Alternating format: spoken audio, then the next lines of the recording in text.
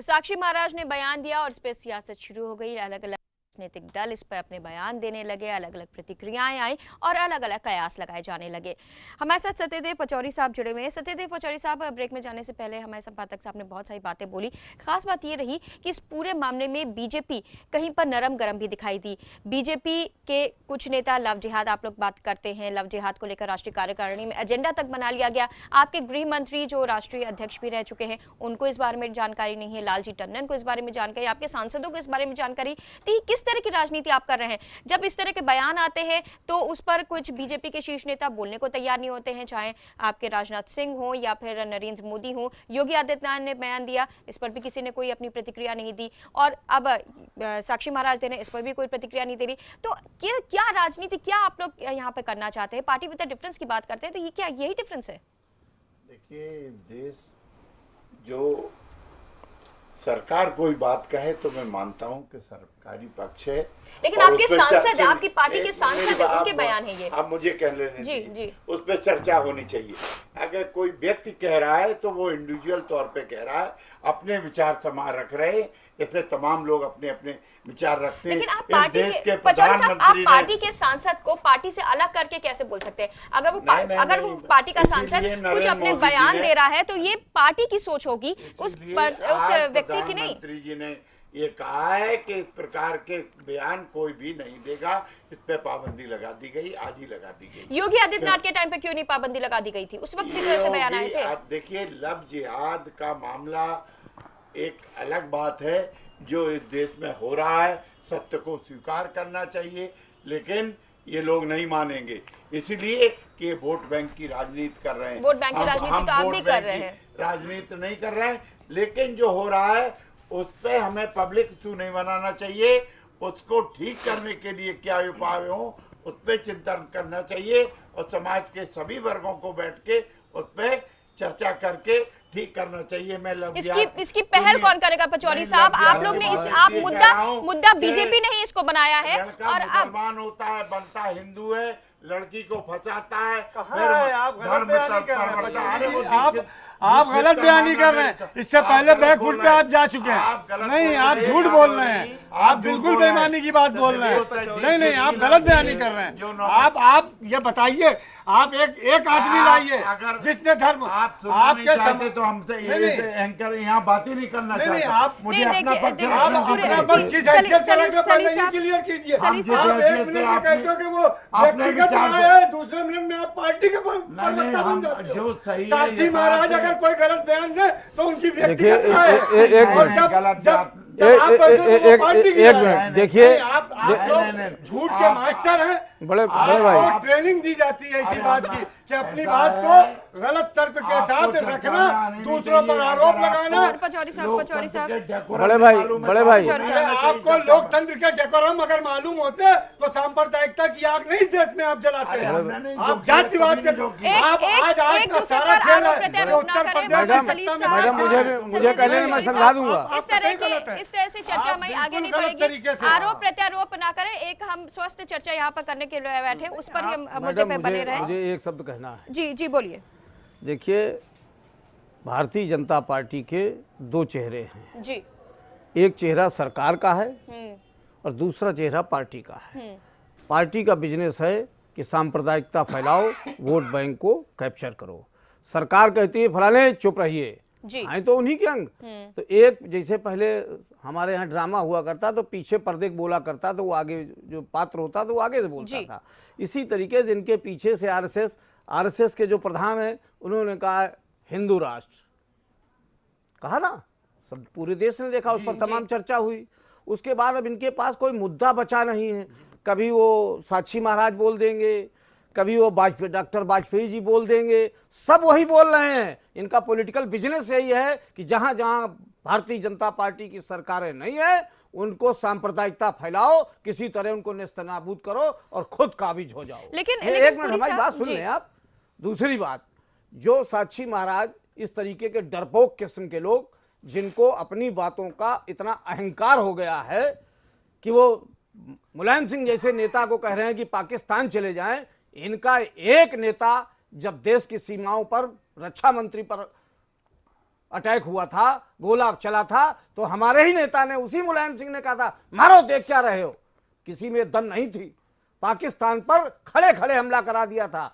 और जहां तक हिंदुस्तान और पाकिस्तान की बात है, डॉक्टर राम मनोहर लोहिया ने कहा था कि इनका एक महासंघ बनना चाहिए और बगैर मुद्दा हमारा नहीं है, मुद्दे से भटक रहे हैं।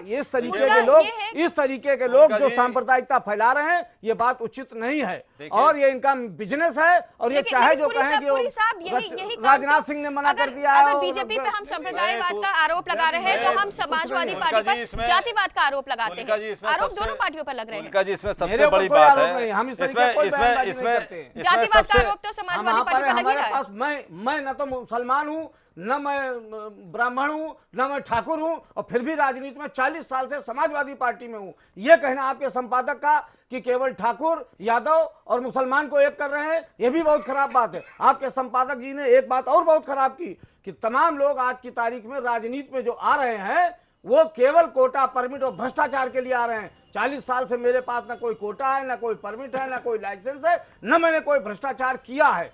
मैं जिस मकान में रह रहा हूँ वो मकान खुद जी हमारे साथ अभिरंजन कुमार साहब सीधे तौर पर ये कहा जा रहा है कि इस तरह के जो बात कही जा रही है वो गलत है।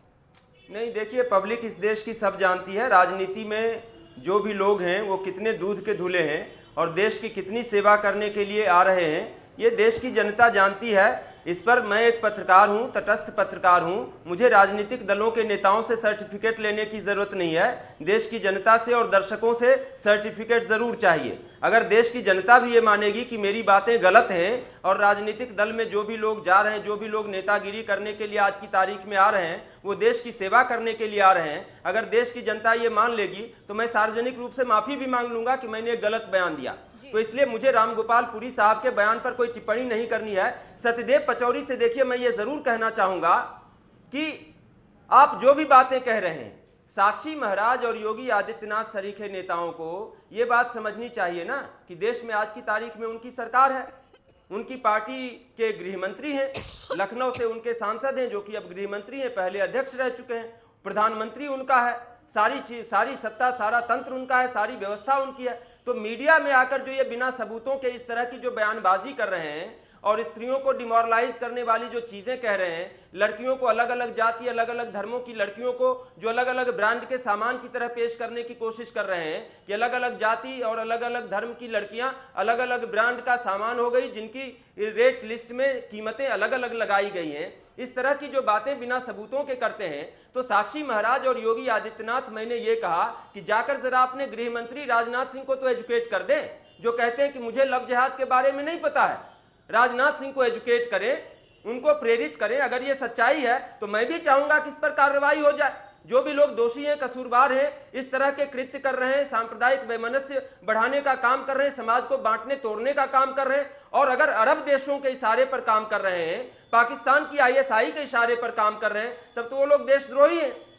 उन लोगों को सलाखों के पीछे भेजिए राजनाथ सिंह। आप कैसे कह रहे हैं कि मैं अनजान हूं?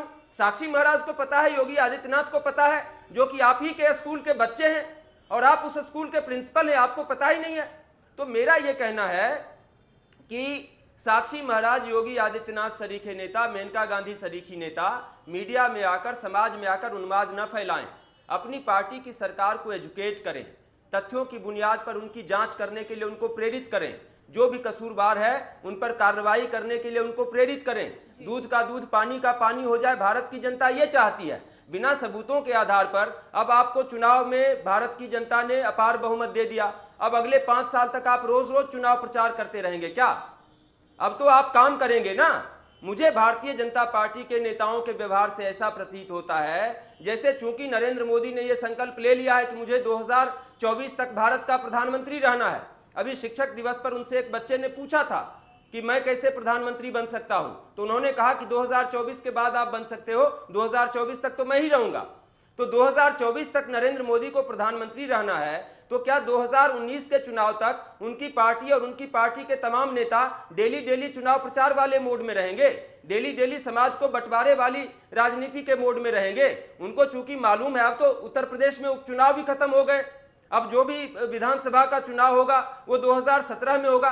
तो अब तो कम से कम इस तरह की बातें बंद कीजिए। दूसरी बात यह, मैं ये भी मानने के लिए देखिए तैयार नहीं हूं कि नरेंद्र मोदी, राजनाथ सिंह और अमित शाह, जो ये तीन बड़े नेता हैं, इनकी जानकारी के बिना योगी आदित्यनाथ और मेनका गांधी और साक्षी महाराज सरीखे नेता कोई चीज बोल रहे हैं। आखिर ये लोग भी जिम्मेदार सांसद हैं इस देश के, उनकी पार्टी के जिम्मेदार सांसद हैं। कोई योगी आदित्यनाथ और साक्षी महाराज कोई नौसिखिए बच्चे नहीं हैं जो पहली बार सांसद बन गए और कुछ भी बोल रहे हैं राजनीति करने के चक्कर में। ऐसा नहीं है, ये सारे लोग अनुभवी लोग हैं, राजनीति के तपे तपाए खिलाड़ी हैं। और सत्ता के गलियारे में ऐसा भी नहीं है कि भारतीय जनता पार्टी के आला नेताओं से इनकी महीनों बात नहीं होती होगी और इनको अपॉइंटमेंट नहीं मिल पाता होगा राजनाथ सिंह से। ये भीतर तक घुसे हुए नेता हैं। तो राजनाथ सिंह और अमित शाह और नरेंद्र मोदी की जानकारी के बिना ये लोग इस तरह के बयान दे रहे हो, मैं व्यक्तिगत ऐसा देखिए मानने से मुझे थोड़ी सी परेशानी हो रही है। मैं ऐसा नहीं मान पा रहा हूं,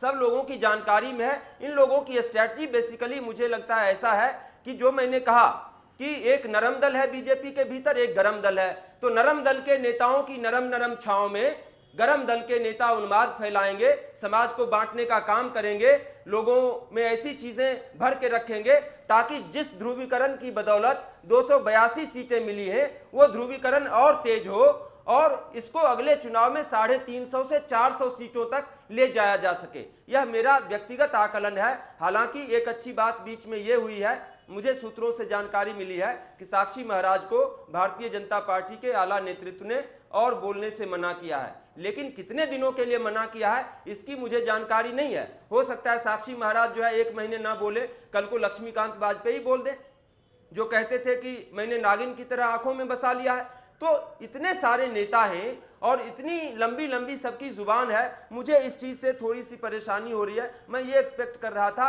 कि नरेंद्र मोदी को इतना अपार बहुमत दिया है, सब लोगों का समर्थन है। अब तो ये सरकार सब लोगों की है, चाहे किसी ने वोट दिया हो ना दिया हो, अब ये सरकार सब लोगों की थी। तो काम पर फोकस होता, विकास पर फोकस होता, भ्रष्टाचार मुक्त भारत बनाने पर फोकस होता। गंगा को साफ करने की इन्होंने कितनी अच्छी बात कही थी, गंगा को साफ करने पर फोकस होता। ये गंगा को साफ करने का जो एजेंडा सुप्रीम कोर्ट में रखते हैं उस पर सुप्रीम कोर्ट नाराज हो जाता है, कहता है कि आपके एजेंडे से तो 200 साल में गंगा साफ नहीं होगी। तो मुझे ये लगता है कि कोई ऐसा ठोस प्लान ये बनाए जिनसे चीजें बेहतर हों। सिर्फ शिगुफेबाजी वाली राजनीति मुझे लगता है ये ठीक नहीं है। जी मैं ये कह रहा था कि जो आप ये बात उठा रहे हैं कि साक्षी महाराज जी को मना किया गया है। आज जब साक्षी महाराज का बयान आता है तो देश की सरकार खुद कटघरे में खड़ी हो जाती है। आज जब इनके कैबिनेट मंत्री का बयान आता है, मेनका गांधी जी का, कि विदेशों से पैसा आ रहा है उससे आतंकवाद हो रहा है, तो मैं पूछना चाहता हूं कि आपकी एजेंसियां क्या कर रही हैं? आपकी जो जांच एजेंसी है, आपकी जो विजिलेंस है जो देश की सरकार की, वो इन शक्तियों तक क्यों नहीं पहुंच रही है? जब मोदी सरकार को लग रहा है कि इनके नेताओं के बयान से हम फंस रहे हैं तो ये उन पर नियंत्रण लगा रहे हैं, लेकिन जहां तक उन्हें लगता है कि सांप्रदायिकता फैल रही है और बीजेपी का फायदा हो रहा है तब उन पर नियंत्रण नहीं लगाते हैं। मैं इस बहस को आगे बढ़ाते हुए पूछना चाहता हूं कि मेरठ में एक आंकड़ा आया है, पश्चिमी उत्तर प्रदेश में, जहां ऑनर किलिंग बहुत ज़्यादा होती है, 12 मुकदमे वहां की पुलिस ने दर्ज किए। उसमें 6 में लड़का या लड़की मुसलमान थे और 6 में फिर लड़का या लड़की अलग अलग हिंदू धर्म के थे। तो क्या ये लव जिहाद का हिस्सा थे? मैं पूछना चाहता हूं, जिस तरीके से योगी आदित्यनाथ जी ने जोधाबाई और अकबर के प्रकरण पर परसों बयान दिया, देश के सामने इतिहास को कलंकित करने का काम किया, जोधाबाई के चरित्र को कलंकित करने का काम किया। एक साधारण से राजा अकबर को महान अकबर बनाने की ताकत तो देश की इस महिला में थी, जोधाबाई में, उसको आप कलंकित करके भाषण दे रहे हैं। मैं पूछना चाहता हूं, आज सोशल मीडिया में बहुत सी जगहों पर यह है कि भारतीय जनता पार्टी के शीर्ष नेताओं के परिवार के बच्चों ने दोनों धर्मों में अदल बदल के शादी की है। क्या भारतीय जनता पार्टी उसको लव जिहाद का हिस्सा देखती है? आज हिंदुस्तान के सिनेमा में बहुत से परिवारों में आपस में शादियां हुई हैं और उन्होंने बहुत अच्छे ढंग से अपने जीवन को यापन किया, देश के सामने रखा है। क्या वो लव जिहाद का हिस्सा है? ये केवल और केवल भारतीय जनता पार्टी राजनीतिक फायदे के लिए और इस उत्तर प्रदेश में पोलराइजेशन के लिए ये काम कर रही है। और संपादक जी, मैं आपकी बात से सहमत हूं कि जहां पर कट्टर सोच है, जहां पर कट्टरवादी लोग हैं, चाहे वो हिंदू हो चाहे वो मुसलमान हो, वो सब औरत को एक वस्तु के रूप में देखते हैं। और कब तक इस देश में, इस दुनिया में औरत को वस्तु के रूप में देखा जाएगा? उसको अपनी आज़ादी होनी चाहिए, अपना जीवन साथी चुनने की आज़ादी होना चाहिए, अपना कैरियर बनाने की आज़ादी होना चाहिए। और अगर हम ये काम कर रहे हैं तो हम उन बलात्कारियों से कम भी नहीं। अगर औरत को हम किसी धर्म और जाति और किसी कट्टरपंथ में बांध करके उसके अधिकारों को छीनने की बात करते हैं, जब देश में एक बहस छिड़ी हुई है और उसको हम सुरक्षा की बात करते हैं, संपन्नता की बात करते हैं, उसको सामाजिक सुरक्षा की बात देते हैं, तो भारतीय जनता पार्टी ये नारा उठा करके महिलाओं के अधिकारों को छीनने का काम कर रही है। जी, दरअसल में जो बहस चल रही है जी, एक लव जिहाद मुद्दा है, दूसरे मदरसे मुद्दा है। मदरसों के ताल्लुक से मैं दावे के साथ कह रहा हूं कि हिंदुस्तान की आईबी, सीबीआई, रा, इंटेलिजेंस कोई एक ऐसा मदरसा ला के दिखाएं। गृहराज मंत्री राजनाथ सिंह हैं, बीजेपी की सरकार है, आरएसएस के समर्थित सरकार है, वो ला करके ये दिखाएं कि इस मदरसे के अंदर फला जगह ये ट्रेनिंग कैंप चल रहे हैं आतंकवादियों के, उसमें इतने लोग पकड़े गए। पाकिस्तान के ट्रेनिंग कैंप के जब खुलासे किए जा सकते हैं तो भारत के अंदर चलने वाले उन ट्रेनिंग कैंपों के खुलासे क्यों नहीं कर रही बीजेपी? अगर कोई एक मदरसे में आतंकवादी अड्डा चल रहा है उसको तबाह बर्बाद मुसलमान बढ़कर कर देंगे। मुसलमानों को इस देश की अजमत उतनी अजीज है जितनी इस देश के हिंदुओं को इस देश की अजमत अजीज है। इस देश के अंदर इंसानों का खून बहाने की इजाजत नहीं दी जा सकती। इस्लाम कुरान साफ कहता है कि एक बेगुनाह इंसान का कत्ल पूरी मानवता का कत्ल है।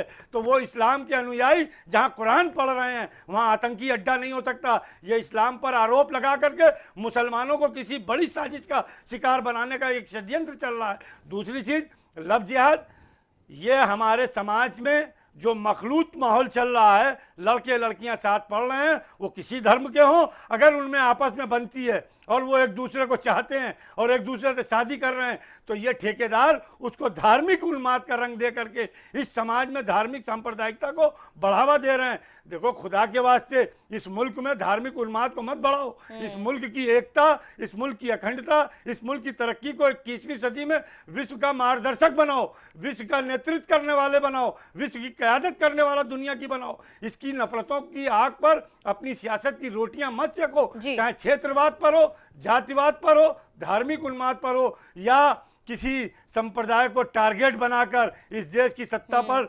2024 तक बने रहने का ख्वाब हो। ये छोड़ना होगा। देश को अगर बनाना है संविधान के अनुरूप चलना होगा, तभी आगे बढ़ पाएगा देश। सत्यदेव पचौरी साहब, मुद्दे बहुत सारे हैं जिन पर की चर्चा होनी चाहिए, लेकिन ये बहुत ही दुर्भाग्यपूर्ण है कि ऐसे मुद्दों पर चर्चा की जा रही है जिससे हमारा देश का कोई फायदा नहीं होने वाला है। ऐसे मुद्दे आपकी सरकार होने के बावजूद भी क्यों उठाए जाते हैं? क्या उन मुद्दों से आप लोग भटकाना चाहते हैं जिन मुद्दों को लेकर आए थे आप लोग सत्ता पे, और जिन मुद्दों के बूते पर आप लोग सरकार बना पाए और लोगों को उम्मीद थी कि इन मुद्दों से, इन परेशानियों से उनको निजात मिलेगी, वो तो नहीं हो पाया। ऐसे मुद्दे रोज बरोज उठते गए जिनसे हमारे समाज में विघटन ही पैदा हो रहा है और कुछ नहीं। हमें आपकी बात से सहमत नहीं है, ना संपादक जी ने जो कहा उससे सहमत हैं, न जो बाकी लोग कह रहे हैं उनसे सहमत हैं। हम देश को मजबूत बनाना चाहते हैं। अभी कश्मीर में आई ये कैसे बंटवारे से कैसे मजबूत बन सकता है? इस बात का उदाहरण है कि कश्मीर में जिस प्रकार से डिवाइड एंड रूल की पॉलिसी उन्होंने अपनाई हिस्सा थी, लिया क्या बीजेपी और वहाँ के लोगों को जान माल की रक्षा की, कोई नहीं कर सकता था। और आज भी वहाँ की मिलिट्री पे पत्थर फेंके जा रहे हैं, लेकिन फिर भी वो काम कर रहे हैं। बीजेपी आगे इस पूरे देश को चलाना चाहती है, या तो बिल्कुल देश को एक सूत्र में बांध कर चलाएंगे, सबका साथ सबका विकास। लेकिन ये कैसे हो रहा है? कश्मीर में पचौरी जी, आपके अवैधनाथ जी ने बयान दिया, उसकी भी खंडन कर दीजिए। उन्होंने कहा कि हिंदू क्षेत्रों में पानी नहीं भर रहा है, मुसलमान डूब के मर रहा है, उसका भी आप अपने भाजपा से खंडन नहीं, उन्होंने दिया, अखबारों में छपा है, वहां पर भी डूबते हुए आदमी को भारतीय जनता पार्टी के नेता हिंदू मुस्लिम से देख रहे हैं। इन मुद्दों को मीडिया भी ज्यादा बढ़ा चढ़ा के न छापे, क्योंकि इससे देश की माहौल खराब होता है, टीआरपी बढ़ती है। जी संपादक जी आपके पास हम पहुंचे, लेकिन रामगोपाल पुरी साहब के पास हम आते हैं। रामगोपाल पुरी साहब, हर पार्टी यही काम कर रही है, क्यों नहीं हम मुद्दों पर चर्चा करते हैं, क्यों नहीं हम मुद्दों पर बात करते हैं? ध्रुवीकरण की राजनीति होती है, जातिवाद की राजनीति होती है, संप्रदायवाद की राजनीति होती है, क्यों नहीं विकास की राजनीति होती है हमारे देश में? देखिए, उत्तर प्रदेश में समाजवादी पार्टी की सरकार बहुत तेजी से विकास करा रही है। अब इस तरीके के जो लोग धार्मिक उन्माद पैदा करके कभी पश्चिमी उत्तर प्रदेश में कभी लव जिहाद के नाम पर ये हमारा ब्रेकडाउन कराना चाहते हैं। इनके इरादे मंसूबे अच्छे नहीं हैं और हम इनको पनपने देंगे भी नहीं। 150 दंगे आपकी सरकार देख रही मेरी बैठ सरकार करके। दंगा नहीं करा उस रही। पर आपकी सरकार ने नियंत्रण हमारी नहीं देखिए, सरकार किया। को आरोपों में साफ साफ राम देखिए, गोपाल देखिए, पुरी जब साहब, डॉक्टर साहब आपकी आपका मामला सरकार- हो तब आप बोल लीजिएगा। नहीं, राम गोपाल मेरी पुरी सरकार साहब, ने कोई सर, दंगा नहीं कराया। बहुत सारे ऐसे मुद्दे हैं जिस पे आपकी सरकार घिरी हुई है। दंगे एक बहुत बड़ा मुद्दा देखिए, है। जो काम करते हैं वो घिरते भी हैं। हम काम करते हैं ये इसलिए कैसा हमारी काम है कि आलोचना दंगे ही होती दंगे है। होते जा हम रहे हैं? काम कर रहे हैं। चलिए हमारे यहाँ चलिए, कोई धार्मिक हम उन्माद समय नहीं बहुत पैदा कम होता बचा है। हम एक बार फिर से अपने संपादक अभिरंजन कुमार जी के पास चलेंगे। अभिरंजन जी, समय बहुत कम है। इस पूरे मुद्दे पर जो मुद्दे होने चाहिए वो नहीं, इन पर हम चर्चा करते हैं। ऐसी राजनीति क्यों की जा रही है जो हमारे देश में विघटन पैदा करे? देखिए, मुझे याद आता है कि भारतीय जनता पार्टी लव जिहाद का मुद्दा भले नया ताज़ा मुद्दा है, लेकिन मदरसों वाला मुद्दा भारतीय जनता पार्टी कई साल से, बल्कि मैं कहूँगा कि कई दशक से उठाती चली आ रही है। पहले भी वो कहा करती थी, खास करके जो सीमावर्ती इलाकों में जो मदरसे हैं, उन मदरसों में जो है आतंकवाद की शिक्षा दी जाती है, बच्चों को गलत शिक्षा दी जाती है, कट्टरपंथ उनको सिखाया जाता है। तो इस तरह की बातें वो पहले भी कहते रहे हैं भारतीय जनता पार्टी के लोग। और आपको याद होगा कि पहले भी भारतीय जनता पार्टी की 6 साल के लिए इस देश में सरकार रह चुकी है।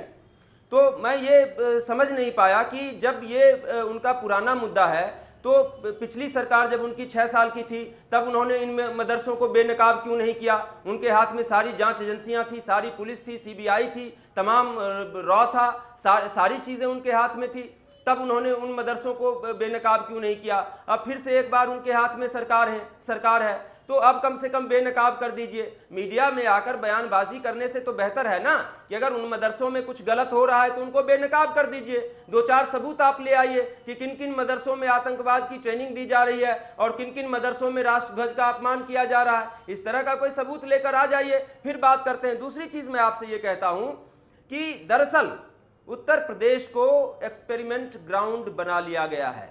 ये बड़े दुर्भाग्य की बात है। हम आम नागरिक, आम लोग उत्तर प्रदेश को उत्तम प्रदेश बनाना चाहते हैं और कुछ जो बंटवारे वाली शक्तियां हैं, देश विरोधी ताकतें हैं और सियासी ताकतें भी हैं, दोनों ने मिलकर उत्तर प्रदेश को एक्सपेरिमेंट ग्राउंड बना लिया है। जो देश विरोधी ताकतें हैं, जिनको हम लोग आतंकवादी कहते हैं आजकल, तो उन देश विरोधी ताकतों ने भी आप देखिए कि पूर्वी उत्तर प्रदेश में भी अपना अड्डा बना रखा है। आजमगढ़ बार बार सुर्खियों में आता रहता है और पश्चिमी उत्तर प्रदेश में भी उसने अपना अड्डा बना रखा है। मुजफ्फरनगर, मेरठ, सहारनपुर, बिजनौर, इन सब इलाकों में आपको याद होगा कि चुनाव से पहले राहुल गांधी ने भी कहा था कि मुजफ्फरनगर में जो चीजें हो रही हैं उसमें पाकिस्तान के आईएसआई के इशारे पर बहुत सारी चीजें हो रही हैं। उस वक्त राहुल गांधी की देश में सरकार थी और राहुल गांधी ने यह बात कही थी, तो मैं यह मानकर चलता हूं कि उन्होंने जिम्मेदारी से कहा होगा, उनके पास कोई पुख्ता जानकारी होगी, बचपने में नहीं कहा होगा। तो जो देश विरोधी ताकतें हैं उन्होंने भी उत्तर प्रदेश को अपना एक्सपेरिमेंट ग्राउंड बना लिया है।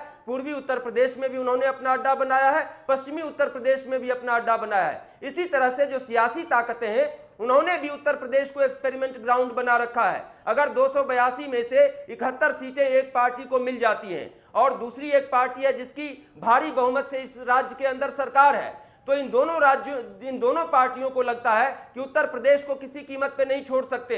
नरेंद्र मोदी प्रधानमंत्री बन चुके हैं, उन्हें अगले 5 साल और प्रधानमंत्री रहना है। मुलायम सिंह यादव प्रधानमंत्री बनना चाहते हैं, तो इन दोनों पार्टियों को लगता है कि उत्तर प्रदेश को नहीं छोड़ सकते और इस एक्सपेरिमेंट ग्राउंड पर जो भी हथकंडे अपनाने पड़ेंगे वो सारे हथकंडे अपनाएंगे।